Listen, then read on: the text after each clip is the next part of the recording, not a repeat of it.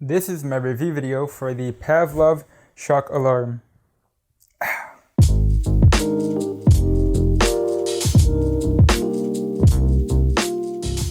So as the title suggests, the Pavlov shock alarm shocks you awake when you're sleeping.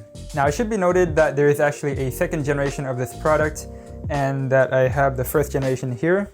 And this device right here is only one half of the actual product, because the whole Pavlov experience is supposed to allow you to break habits. However, the difference between the two products lies only in the software.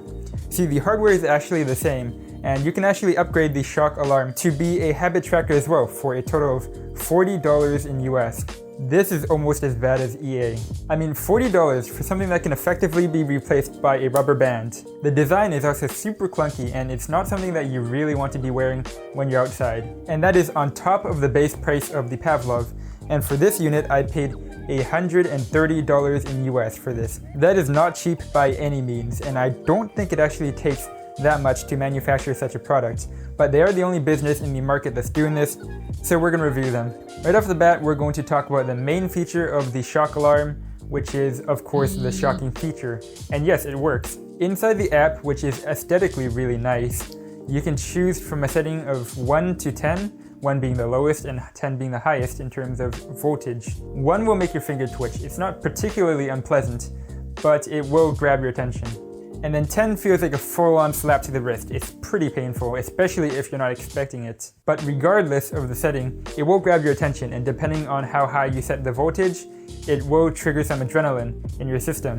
And that's really good for waking up early, especially if you're like me and you're very groggy in the morning. If you're not a morning person, this will get you up. That is, as long as it works. You see, besides the price point, the main issue I have with this product is the Bluetooth connectivity issues. It's very well known in the Pavlov community that the first generation product struggles a lot in connecting to the phone. In fact, I was struggling to connect it to the phone before this video for the review. This feature is very unpredictable. Sometimes it'll connect right away, or sometimes it'll connect in 1 to 2 minutes or even longer. Now, admittedly, the app does look very nice. However, it's also lacking in terms of functionality. It's like they never tested the app before they released it. There are so many areas where it has just been missed. The app itself received a pretty big update recently, but I feel like it's only broken more things than it has fixed. But maybe that's just me. After all, I never did use the habit tracking features because I didn't want to pay the $40. So would I recommend this product? Truth be told, I really want to say yes, because it has legitimately helped me in a way. After a couple of days of using it, I actually ended up waking up before the alarm even zapped me, in fear of what was about to come.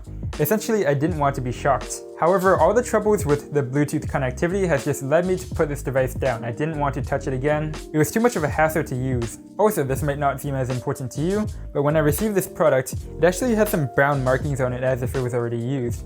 It looks a lot like rust, and I'm sure it probably is. But it's the small things like this that really subtract from the overall quality feel of the product. So the answer is no, I would not recommend it. I think it's too expensive for the experience that it offers. Maybe for like $30 I wouldn't have been so harsh on it. But there is now a Pavlov 2, which promises faster processing, more advanced sensors, and better Bluetooth connectivity. So let me know, would you be interested in seeing a Pavlov 2 review? Maybe I'll go buy one for myself just to make a video about it. But that is it for this video. Thank you for watching, and I will see you in the next one.